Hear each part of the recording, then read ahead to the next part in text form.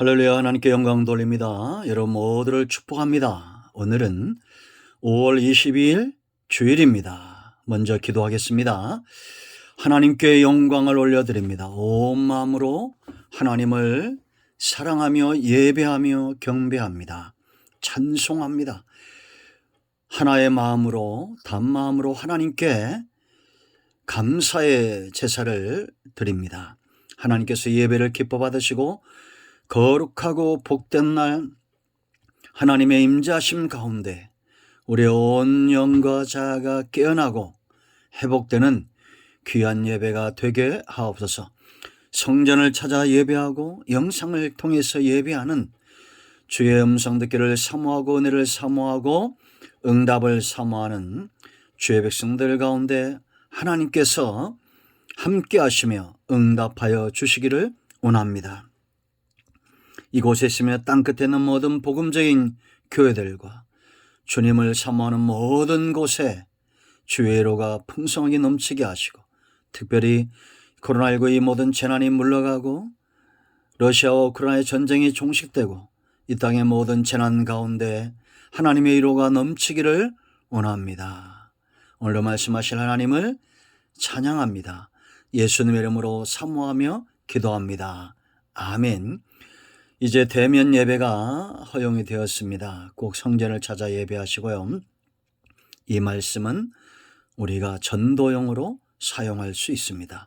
요한복음을 지금 강의하고 있습니다. 오늘은 13장입니다.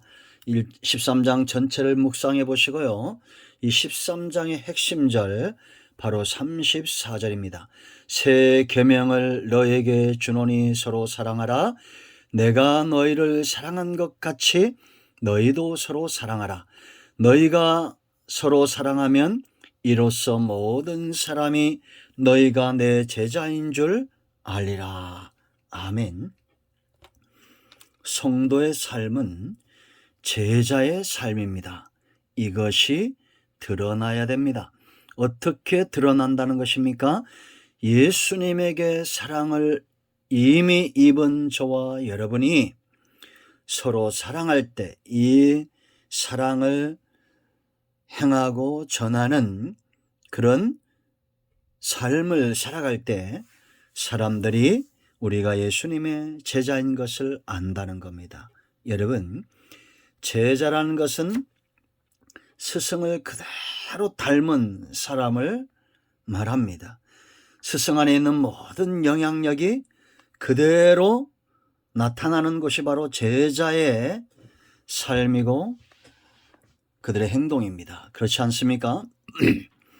우리가 예수님을 통해서 분명히 깨달아 알 수 있고 배울 수 있는 것이 바로 사랑이다라는 겁니다. 성경은 분명히 말하죠. 하나님은 사랑이시다. 요한일서 3장 7절 8절 이하에서 말합니다. 하나님 자체가 사랑이라는 겁니다. 하나님 안에 이 사랑이 감추어질 수 없다는 겁니다.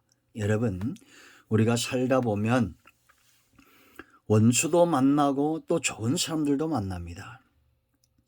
그런 풍기는 이미지가 있죠. 악한 자에게서는 악한 증거들이 드러나게 되어 있습니다. 선한 사람에게서는 선한 증거들이 드러나게 되어 있습니다. 예수님이 왜 사랑이시고 하나님이 왜 사랑이시느냐? 감출 수 없는 드러남이 있다라는 겁니다. 자, 여러분, 그것이 무엇일까요? 예수님이 사랑이실 수밖에 없는 것, 하나님이 사랑이실 수밖에 없는 첫 번째 이유는 바로 책임감에 있습니다. 13장 1절 말씀을 보면 1절로 17절 바로 유월절 사건이죠. 유월절 전에 예수께서 자기가 세상을 떠나 아버지께로 돌아가실 때가 이런 줄 아시고 세상에 있는 자기 사람들을 사랑하시되 끝까지 사랑하시니라. 책임감이죠. 끝까지 사랑했다는 겁니다. 이유가 뭡니까? 자기 사람이라는 겁니다. 여러분, 사탄은 자기 사람이 없어요. 이용만 하는 겁니다. 사단에게는 사랑이 없어요. 그러므로 죽이는 자입니다. 여러분, 사이코패스란 말이 사람들 가운데 지금 회자되고 있죠. 사이코패스는 자기 아픔에는 극도로 민감합니다. 가시 하나 찔려도 그것 때문에 너무 아파하는 거예요. 고양이가 운다고 때려 죽이는 사람입니다. 이 사이코패스입니다. 그런데 남의 고통에 대해서는 전혀 느낌이 없습니다. 그게 바로 사이코패스다 이렇게 말합니다. 이 사단의 모습이 꼭 그와 같습니다. 세상 나라들을 분쟁하게 하고 전쟁을 일으키고 수많은 사람들이 죽임을 당하고 어린 아이들이 죽임을 당해도 고통을 느끼지 못합니다. 여러분, 우리나라는 이 나라에, 이 땅에 고통당하는 백성들 편에 서도록 우리가 깨어 있어야 됩니다. 하나님은 자기 백성을 절대 버리지 않습니다. 사랑하시는 이유 첫 번째가 바로 이런 책임감입니다. 목자는 양을 위하여 목숨을 버린다고 요한복음 10장에 분명히 말하고 있습니다. 아담과 하와가 범죄할 걸 알고도 하나님은 그들을 창조하시고 사랑하셨습니다. 그리고 그들을 죽이지 않았어요. 대신 죽으셨어요. 그게 바로 십자가 사건입니다. 왜? 창조주고 아버지고 선한 목자고 왕이고 하나님 나라에 주권을 가졌기 때문에 책임감이 있는 겁니다. 여러분, 어떤 나라든지 대통령이든지 왕이든지 직책이 있다는 것은 책임감이 있다는 겁니다. 그 책임감의 영역 가운데 가장 분명해야 되고 가장 중요한 영역이 바로 사랑하는 겁니다. 이거는 부모도 마찬가지입니다. 사랑해야 됩니다. 자식을 사랑해야 돼, 안 사랑해야 돼요? 그 이유가 뭡니까? 그 자식이 잘났고 똑똑해서가 아닙니다. 내 자식이기 때문입니다. 내 형제이기 때문입니다. 마지막 때는 부모가 자식을 향한 책임이 없어지는 시대입니다. 자식도 부모에 대한 책임을 다하지 않는 그런 시대입니다. 자신들의 탐욕, 탐심을 위해서만 이용하는 시대가 오게 될 겁니다. 끊임없이 분쟁을 일으키고 깨고 관계를 파괴하죠. 아담과 하와 사이에 가인과 아벨, 노아와 함과 아브라함과 사라와 이삭과 리브가와 에사와 야곱과 요셉과 형들, 끊임없이 믿는 자들을 파괴하고 공격해오는 것이 바로 사탄입니다. 계시록 12장 10절, 밤낮 참수하던 자, 쉬지 않는다는 겁니다. 그럼에도 하나님은 이런 사단의 공격에 지지 않습니다. 자기 사람들이기 때문에 끝까지 사랑하는 거예요. 그러므로 여러분들이 예수님의 제자고 예수님 안에 있는 선한 영향력을 받은 자들이라면 내 하나님, 내 교회, 내 성도, 이런 책임감이 있어야 됩니다. 마지막 때는 이런 책임감의 결여입니다. 나라도 보세요, 여러분. 가정도 보세요. 사랑과 책임감은 절대 떨어질 수 없습니다. 두 번째는 그 속성에서 우러나오는 사랑이에요. 이게 굉장히 중요한데, 그렇기 때문에 원수까지도 사랑하는 겁니다. 세상 사랑은 원수가 내게 잘하면 나도 잘하는, 일부 잘하는 겁니다. 그게 세상적인 사랑이죠. 주는 만큼 받고 싶어 하는 겁니다. 이게 바로 세상적인 사랑이죠. 여러분, 예수님이 가룟 유다를 사랑했겠어요? 안 사랑했겠어요? 사랑하셨습니다. 21절 말씀을 보세요. 예수께서 이 말씀을 하시고 심령이 괴로워 정언하여 이르시되 내가 진실로 진실로 너에게 이르노니 너희 중 하나가 나를 팔리라 하시니. 이 사람이 누구예요? 우리가 잘 알고 있죠? 유다입니다. 이 말씀을 했던데 어떤 말씀입니까? 그 전절 20절 보세요. 내가 진실로 진실로 너에게 이르노니 내가 보낸 자를 영접하는 자를 자는 나를 영접하는 것이요 나를 영접하는 자는 나를 보내신 이를 영접하는 것이니라. 구원에 대한 거죠. 하나님을 우리가 온전히 믿어야 될 이것보다 중요한 것이 어디 있습니까? 이 말씀을 하셨어요. 그런데 지금 예수님을 영접지 않습니다. 하나님을 믿지 않습니다. 그가 누구예요? 바로 예수님을 팔아버릴 가룟 유다입니다. 심령이 괴로웠다. 여러분, 예수님의 괴로움은 어느 정도일까요? 예수님이 고통스러웠습니다. 이 유다에 대해서 세 가지로 말씀하시는데 요한복음 6장 7절 말씀 보면 너희 중에 한 사람은 마귀다 라고 말합니다. 요한복음 17장 12절에 멸망의 자식이다 이렇게 말합니다. 제 곳으로 갔다 사도행전 1장 25절 이렇게 말합니다. 유다는 마귀에게 속한 자식이고 멸망의 자식이고 결국 제 곳 지옥으로 갔다는 겁니다. 이게 바로 사단의 역사입니다. 사단은 끝까지 사람들을 도둑질하고 죽이고 멸망시키는 존재예요. 그러나 예수님은 양으로 생명을 얻게 하고 더 풍성히 얻게 합니다. 왜냐? 속성의 문제예요. 예수님은 선하신 분입니다. 악이 조금도 없습니다. 사랑 자체십니다.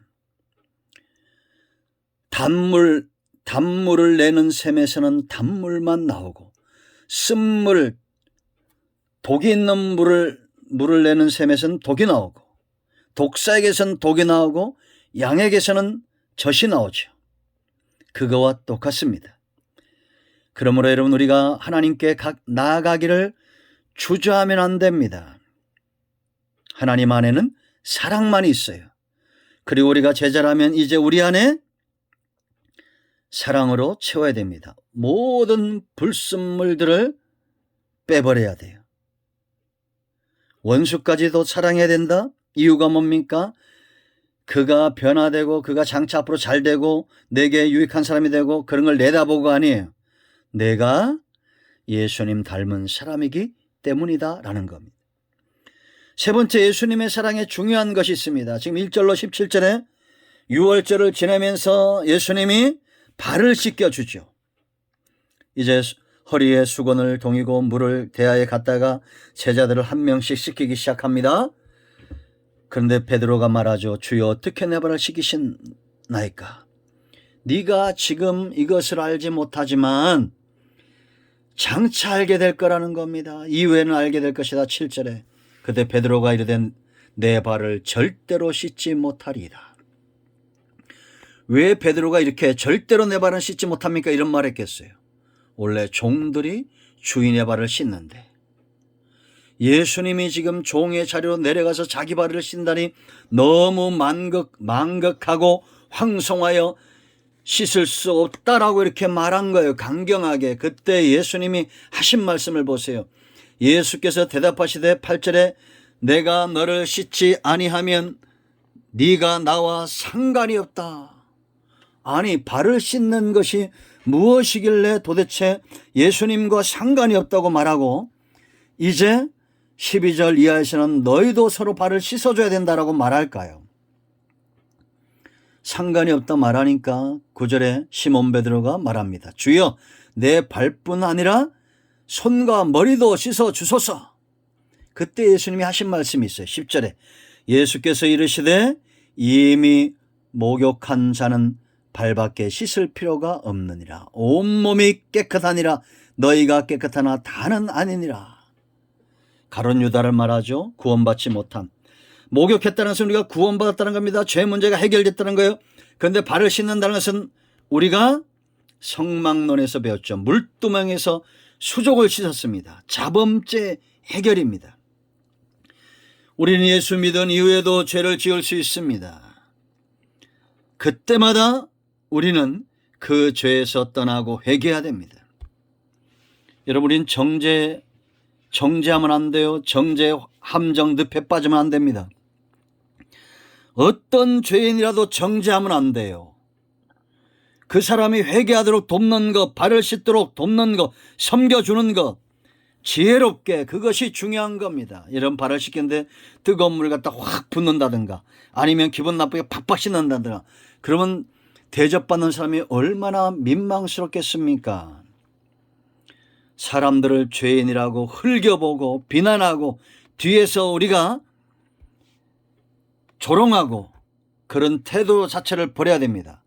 우리는 차분히 기도하고 찾아가서 권면하고 두세 사람이 또 권면하고 그래도 듣지 않으면 교회에 말하고 교회도 듣지 않으면 이방인처럼 여기라고 성경은 예수님은 경고하셨습니다. 그러므로 여러분 발을 씻는다는 것은 회개하도록 죄와 허물을 벗어버리고 예수님께 더 나아가도록 돕는 걸 말하는 거예요.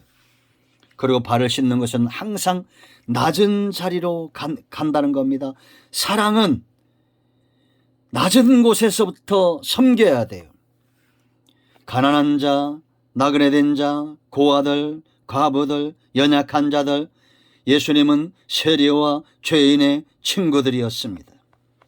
배반자 유다나 이제 36절부터 38절 마지막 절까지 베드로가 이렇게 장담하고 근데 예수님이 네가 나를 3번 부인할 것이다 말했던 것은 그들이 높고자 하는 마음이 아직도 있었기 때문이다 라는 겁니다.